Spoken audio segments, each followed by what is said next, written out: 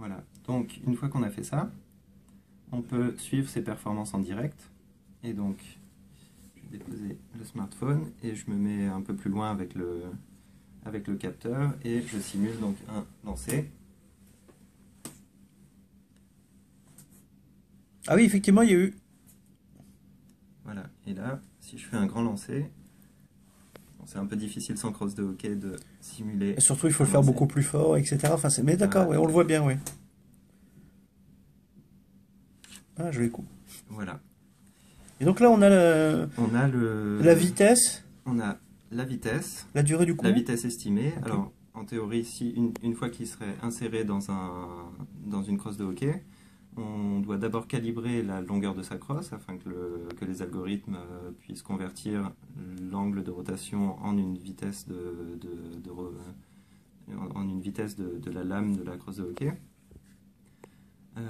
Donc on a la vitesse de la lame de la crosse de hockey en premier, ensuite on a la vitesse estimée du palet qui a été frappé, on a la durée du tir, qui est un indicateur intéressant pour un joueur de hockey parce que plus son tir est lent et prend du temps à être exécuté, plus il a de chances de perdre le palet ou de se faire mettre en D'accord, ouais. échec Oui, il faut être très pendant son mobile et très tir. rapide. Ouais. On a l'accélération qui est très importante aussi, l'angle d'attaque, donc plus on a un grand angle d'attaque, plus on est performant et plus on va sortir un lancer rapide.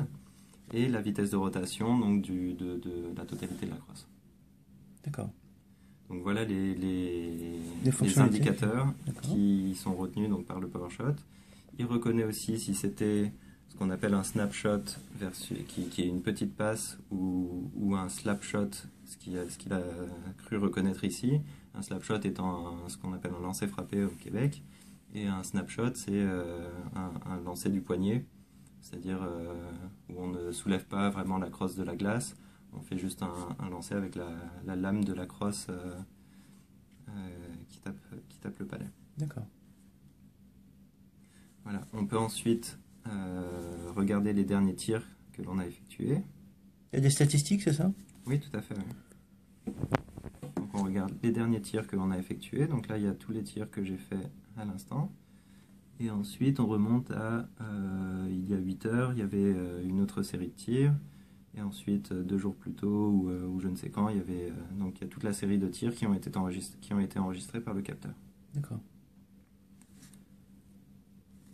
On peut ensuite regarder les derniers événements. Donc ici, je peux dire qu'aujourd'hui, c'était soit un entraînement, soit une vraie partie. J'ai marqué un but. Alors, là, il me demande l'endroit où a eu lieu l'événement. Donc, en théorie, ce serait une patinoire quelconque. Ensuite, je peux dire que j'ai marqué un but, que j'ai fait une passe décisive. Je sauvegarde le tout. Et cet événement va se retrouver donc dans mon profil de SportsCard que je peux ensuite partager avec mes amis via Facebook et avec tout mon réseau afin de comparer.